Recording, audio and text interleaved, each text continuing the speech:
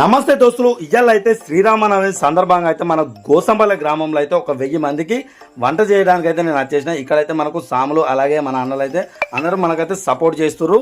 ఇక మన వీడియోలు చాలా మంది చూస్తున్నారు కానీ లైక్లు కొడతలేరు, షేర్లు కొడతలేరు. అట్లనే ఈ వీడియో ఎక్కడ దాకా పోతుందో కామెంట్ కూడా చేయండి. ఇక మనమైతే ఒక 1000 మందికి గాను మనం ఒక క్వింటల్ బగారా రైస్ వేసినాం.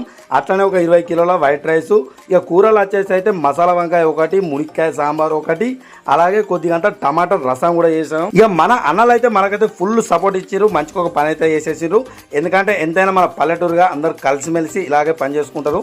ఇక ఇయ్యాలైతే ఈ వంట మనకు ధర్మరాజు అన్న అయితే చెప్పిండు. చాలా చాలా థ్యాంక్స్ అన్న, ఎందుకంటే నన్ను నమ్మి ఇంత పెద్ద వంట నాకు అప్ప చెప్పినందుకు చాలా చాలా థ్యాంక్స్ అన్న.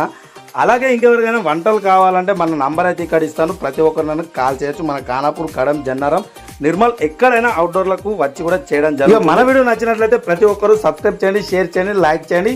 జై శ్రీరామ్.